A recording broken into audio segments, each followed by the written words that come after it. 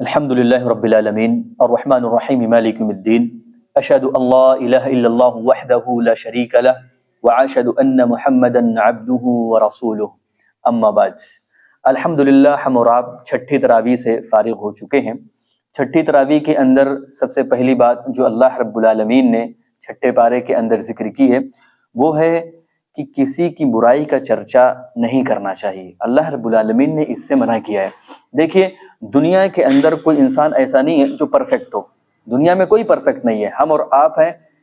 ہر کسی کے اندر کچھ نہ کچھ ایسی خامیاں ہوتی ہے جو انسان چاہتا ہے کہ کسی کو پتہ نہ چلے۔ تو ہم یہ چاہتے ہیں کہ ہماری برائی اگر کسی کو پتہ نہ چلے تو آپ کی بھی ذمہ داری ہے کہ آپ بھی کسی کی برائی کو افشا نہ کریں۔ اللہ رب العالمین نے فرمایا لا يحب اللہ الجہر بالسوء من القول، کہ اللہ رب العالمین برائی کے اظہار کو پسند نہیں کرتا ہے۔ کسی کے اندر کوئی برائی ہے تو شریعت یہ کہتی ہے کہ اس کو آپ چھپاؤ۔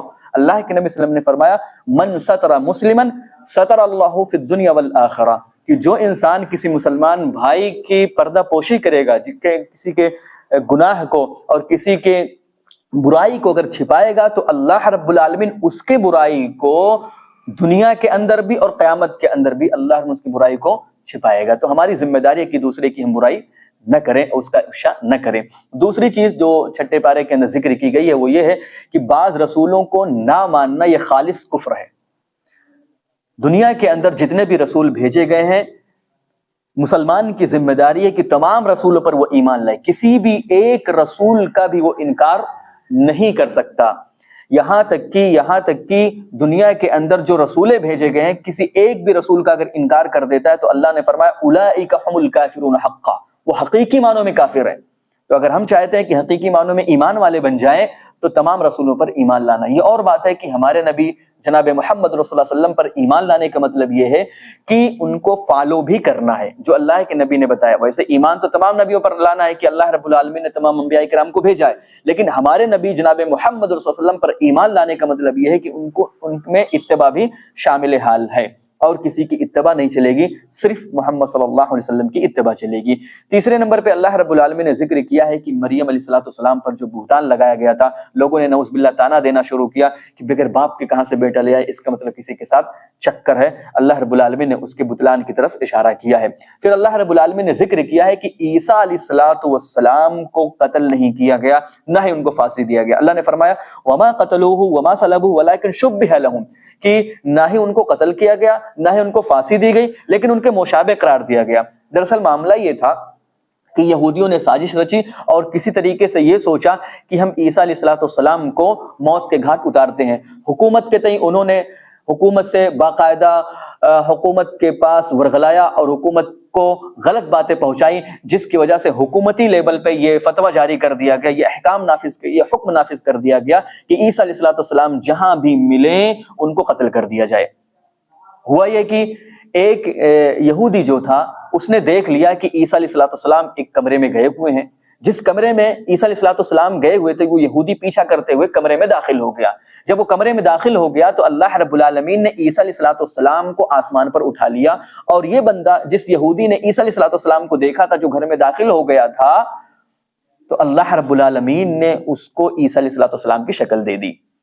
اب جب لوگوں نے دروازہ کھولا، دروازے کو توڑا تو دیکھ رہے ہیں کہ عیسیٰ علیہ السلام ہے۔ لوگوں کو غلط فہمی ہو گئی کہ یہ عیسیٰ علیہ السلام ہے، جبکہ عیسیٰ علیہ السلام کو اللہ رب العالمین نے آسمان میں اٹھا لیا تھا۔ لوگوں کو لگا کہ شاید یہی عیسیٰ علیہ السلام ہے، ان کو پکڑا گیا اور سولی پر چڑھا دیا گیا، جبکہ اللہ نے کہا کہ سولی نہیں دیا گیا نہ ہی ان کو قتل کیا گیا، بلکہ اللہ رب العالمین نے اٹھا لیا، اور قرب قیامت عیسیٰ علیہ السلام کا نزول ہوگا۔ پھر اللہ رب العالمین نے ذکر کیا ہے کہ انبیاء کرام کی بعثت کا مقصد کیا ہے۔ عام طور پہ جو قرآن و حدیث کے نصوص سے جو واضح ہوتا ہے وہ یہ ہے کہ انبیاء کرام کے بعثت کا 3 مقصد ہوتا ہے۔ ایک تو ہے بشارت، خوشخبری دینا، دوسرا ہوتا ہے کہ انذار، لوگوں کو ڈرانا، اس طرح تیسرا ہوتا ہے کہ حجت کا قیام، یعنی حجت کو قائم کرنا، یعنی کل کے دن قیامت کے دن کوئی یہ نہ کہہ پائے کہ میں تو جانتا ہی نہیں تھا دین کیا ہے، رسول کیا ہے۔ اس لیے رسولوں کو بھیجا جاتا تاکہ لوگوں کو معلوم پڑ جائے کہ دین کیا ہے، رسول کیا ہے، اللہ کیا ہے، جنت کیا ہے، جہنم کیا ہے، لوگوں کو آگاہی کے لیے، تاکہ بعد میں کوئی یہ نہ کہے کہ اللہ میں تو کچھ جانتا ہی نہیں تھا۔ تو حجت کو قائم کرنے کے لیے، دلیل کو قائم کرنے کے لیے اللہ رب العالمین نبیوں کا سلسلہ جاری رکھتا ہے۔ پھر اللہ رب العالمین نے ذکر کیا کہ دین میں غلو کی ممانعت، کہ دین کے اندر غلو ناجائز ہے۔ اللہ نے فرمایا لا تغلو فی دینکم، کہ دین کے اندر غلو مت کرو. جس طرح عیسائیوں نے عیسیٰ علیہ السلام کے بارے میں غلو کیا کہ یہ اللہ کے بیٹے ہیں نعوذ باللہ، ایسے ہی یہودیوں نے عزیر علیہ السلام کے سلسلے میں انہوں نے غلط فہمی کی اور کہیں نہ کہیں انہوں نے غلو سے کام لیا اور ان کو اللہ کا بیٹا قرار دیا. آج بھی بہت سارے ہمارے نام نہاد مسلمان ہیں جو ہمارے نبی جناب محمد رسول اللہ علیہ وسلم کے شان کو بلند کرنے کی کوشش کرتے ہیں. اس میں کوئی شک نہیں کہ دنیا کے اندر جتنے بھی لوگ ہیں ان تمام میں سب سے بہتر اگر کوئی شخصیت ہے تو ہمارے نبی جناب محمد رسول اللہ صلی اللہ علیہ وسلم کی شخصیت ہے. لیکن اس کا ہرگز یہ مطلب نہیں ہوتا ہے کہ اللہ کے نبی کو اللہ کا درجہ دے دیا جائے. جیسے ہمارے بہت سارے بھائی کہتے ہیں کہ نعوذ باللہ اللہ کے نبی صلی اللہ علیہ وسلم عالم الغیب تھے. غیب کو جاننے والا کون ہے؟ اللہ رب العالمین ہے. نبی نہیں ہو سکتے. اسی طرح مشکل کشا کون ہے؟ مشکل کشا اللہ رب العالمین ہے. لیکن نعوذ باللہ لوگ اللہ کے نبی کو کہتے ہیں مشکل کشا ہے، ایسے نور من نور اللہ کہتے ہیں. اس طرح کی دیگر جو باتیں جو شریعت سے ثابت نہیں ہے وہ ثابت کرنا اور اللہ کے نبی کے مقام کو وہ مقام دینا جو شریعت سے ثابت نہیں ہے، دراصل یہ اللہ کے نبی صلی اللہ علیہ وسلم کے شان میں غلو ہے جس سے اللہ رب العالمین نے منع کیا ہے. اسی طرح سورت کے اخیر میں اللہ نے وراثت کا تذکرہ کیا ہے. اس کے بعد سورہ مائدہ کا بھی تذکرہ ہوا ہے. سورہ مائدہ مانے ہوتا ہے دسترخوان.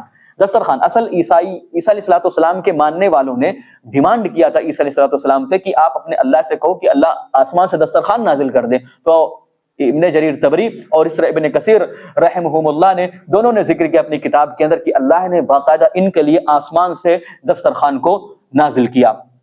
پھر اللہ رب العالمین نے ذکر کیا کہ بیت اللہ اور حرمت والے مہینے کا احترام کیا جائے. جو خانہ کعبہ ہے اگر کوئی باپ کا قاتل بھی وہاں پہ موجود ہو تو اس کو بھی ہم قتل نہیں کر سکتے. اسی طرح جو حرمت والے جو مہینے 4 ہیں ذوالقعدہ، ذوالحجہ، محرم، رجب، ان 4 مہینوں کا خصوصیت کے ساتھ ان کی حرمت کا خیال کرنا چاہیے. خلاصہ یہ ہے کہ ان کی حرمت کا خیال یہ کرنا ہے کہ اپنے آپ کو گناہوں کے کاموں سے بچا کر رکھنا ہے. اسی طرح اللہ رب العالمین نے ذکر کیا ہے کہ نیکی کے کام میں تعاون کرو، برائی کے کام میں تعاون نہ کرو. اللہ نے فرمایا تعاونوا علی البر والتقوى ولا تعاونوا علی الاثم والعدوان، کہ تم بھلائی کے کام میں تعاون کرو. بھلائی کے کام میں تعاون کیا ہو سکتا ہے؟ بہت ساری چیزیں ہو سکتی ہیں. جیسے مثال کے طور پہ مسجد بنا ہوا ہے، مسجد میں آپ چاہتے ہیں کہ لوگوں کے لیے آرام پہنچائیں تو آپ فین لگوا سکتے ہیں، آپ اے سی لگوا سکتے ہیں، اسی طرح کارپیٹ بچھوا سکتے ہیں، اس طرح اور دیگر سہولیات آپ لوگوں کو فراہم کرا سکتے ہیں. تو یہ نیکی کے کام میں تعاون کرنا ہے. ایسے ہی برائی کے کام میں تعاون نہیں کرنا ہے. برائی کے کام سے اپنے آپ کو بچا کے رکھنا، اس میں تعاون نہیں چلے گا. جیسے مثال کے طور پہ اگر کوئی انسان ہے جو غلط دھندا کر رہا ہے، غلط بیپار کر رہا ہے، شراب کا دھندا کر رہا ہے اور آپ ہیں کہ آپ اس کی مدد کر رہے ہیں، آپ اس کے کام میں اس کو پیسہ دے رہے ہیں کہ چل تو اس کو پروموٹ کر رہے ہیں، تو یہ گناہ کے کام میں تعاون ہوگا جو شریعت نے اسے منع کیا ہے. اسی طرح اللہ رب العالمین نے ذکر کیا ہے کہ اسلام دین کامل ہے. اسلام دین کامل ہے. اللہ نے فرمایا الیوم اکملت لکم دینکم واتممت علیکم نعمتی ورضیت لکم الاسلام دینا، کہ آج ہم نے آپ کے لیے آپ کے دین کو مکمل کر دیا ہے. کیا مطلب؟ جب دین مکمل ہو گیا ہے تو اس کے اندر نئی چیز ہم کوئی ایڈ نہیں کر سکتے. آپ سوچیں جو ائمہ اربعہ ہیں ان کی پیداوار کب ہوئی؟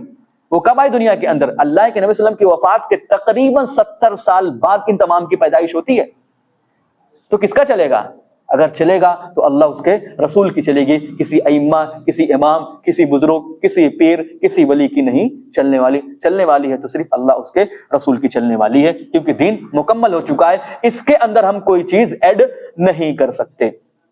اسی طرح اللہ رب العالمین نے ذکر کیا کہ اہل کتاب کا جو ذبیحہ ہے وہ ہمارے لیے حلال ہے.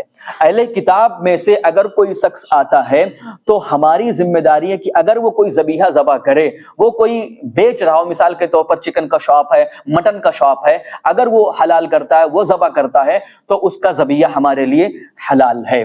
اسی طرح اہل کتاب کی عورتوں سے نکاح کرنا بھی جائز ہے. اہل کتاب جو ہوتے ہیں اگر ان کی عورتیں ہیں، ان کی عورتوں سے اگر کوئی نکاح کرنا چاہتا ہے تو ان کی عورتوں سے نکاح کرنا جائز ہے. یہ شریعت اسلامی نے جائز قرار دیا ہے. اسی طرح اللہ رب العالمین نے وضو کا طریقہ بھی بیان کیا ہے کہ وضو کا طریقہ کیا ہے، چونکہ اس سے پہلے بیان ہو چکا ہے اس لیے ہم بیان نہیں کریں گے. پھر اللہ رب العالمین نے حابیل اور قابیل کا تذکرہ کیا ہے.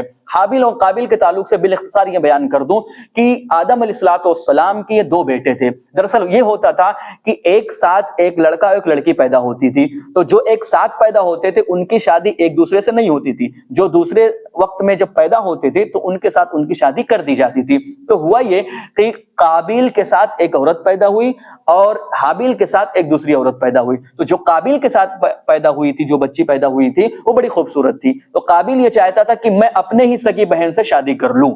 جبکہ اپنے ہی بہن سے شادی کرنا حرام تھا۔ جو حابیل کے ساتھ جو پیدا ہوئی تھی وہ اتنی خوبصورت نہیں تھی، وہ اتنی اچھی نہیں تھی۔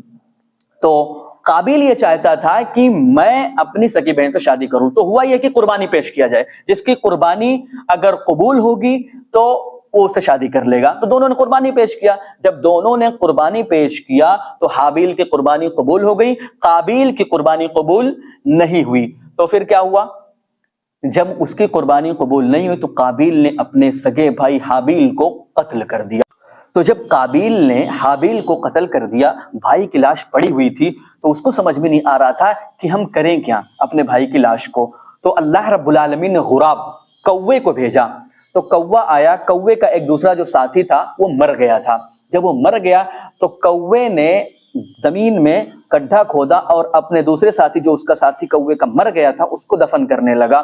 تو اس نے دیکھا تو بہت شرمندہ ہوا اور کہا کہ میں اس کوے سے بھی گیا گزرا ہوں کہ میں کوے کی طرح نہیں کر پا رہا ہوں۔ تو خیر اس نے اپنے بھائی کی لاش کو دفن کر دیا اور وہیں سے ایک سلسلہ شروع ہو گیا کفن دفن کا۔ اور پھر ایک بات اور بھی یہاں پہ میں بتا دوں کہ جو قابیل نے اپنے بھائی حابیل کو قتل کیا تھا، اللہ کے نبی کی حدیث ہے کہ قیامت تک جتنے بھی لوگ ایک دوسرے کا قتل کریں گے وہ اس کے قتل کا، اس کے خون کا ایک حصہ، ایک گناہ اس قابیل کو بھی جائے گا، کیونکہ قتل کا یہ جو سنت تھی، قتل کا یہ جو طریقہ تھا، سب سے پہلے اس نے ایجاد کیا۔ ایسے ہی دنیا کے اندر کوئی انسان اگر غلط کام کا ایجاد کرتا ہے تو جتنے لوگ بھی اس پر عمل کریں گے سب کا گناہ اس کو 1% ضرور اس کو ملے گا۔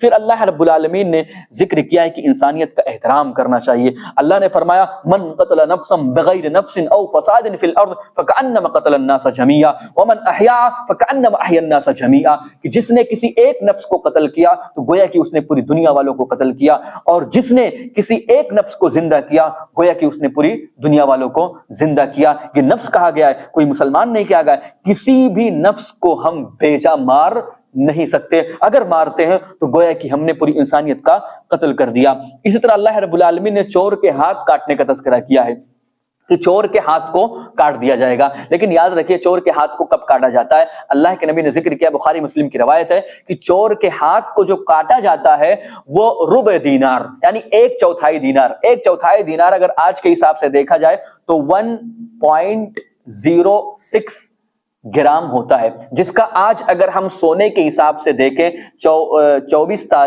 تاریخ غالباً آ جائے، 23 تاریخ دوسرا مہینہ 2026، آج کے ڈیٹ میں اگر سونے کا ریٹ دیکھا جائے 1.06 گرام کا تو تقریباً 15 سے 16 ہزار تک بنتا ہے۔ تو معلوم یہ ہوا کہ آج کے دور میں اگر 15 سے 16 ہزار کوئی چوری کرتا ہے تو اس کے ہاتھ کو کاٹا جائے گا۔ کہاں تک کاٹا جائے گا؟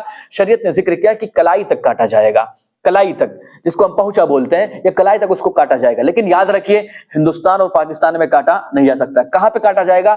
جہاں پہ اسلامی حکومت قائم ہوگی، جیسے سعودیہ عربیہ ہے۔ تو یہ حکومت کا کام ہے، کسی فرد واحد کا کام نہیں ہے۔ اس طرح اللہ رب العالمین نے قصاص کا تذکرہ کیا ہے کہ نفس کے بدلے نفس، جان کے بدلے جان، کان کے بدلے کان، ناک کے بدلے ناک، آنکھ کے بدلے آنکھ، اگر کوئی کرتا ہے تو اس کے ساتھ بھی ویسے ہی سلوک کیا جائے گا۔ اس طرح اللہ رب العالمین نے ذکر کیا ہے کہ یہود و نصارہ اور دشمنان اسلام سے دوستی کی ممانعت ہے، چاہے یہود ہوں، چاہے نصارہ ہوں، چاہے کفار ہوں، جو اسلام کے دشمن ہے ان سے دوستی ناجائز اور حرام ہے۔